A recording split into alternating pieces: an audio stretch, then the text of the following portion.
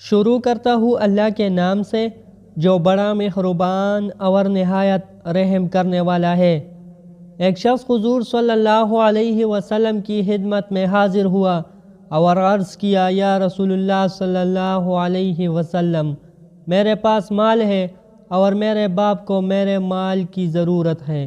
رسول اللہ صلی اللہ علیہ وسلم نے فرمایا کہ تمہارا مال اور تم اپنے والدین کے لیے ہو، بے شک تمہاری اولاد تمہاری پاک کمائی ہے، اس لیے تم اپنی اولاد کی کمائی سے بلا تکلف کھاؤ۔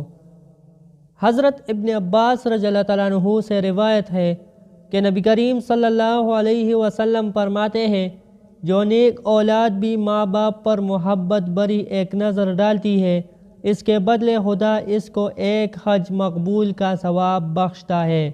لوگوں نے پوچھا، اے خدا کے رسول صلی اللہ علیہ وسلم، اگر کوئی ایک دن میں 100 بار اسی طرح رحمت و محبت کی نظر ڈالے؟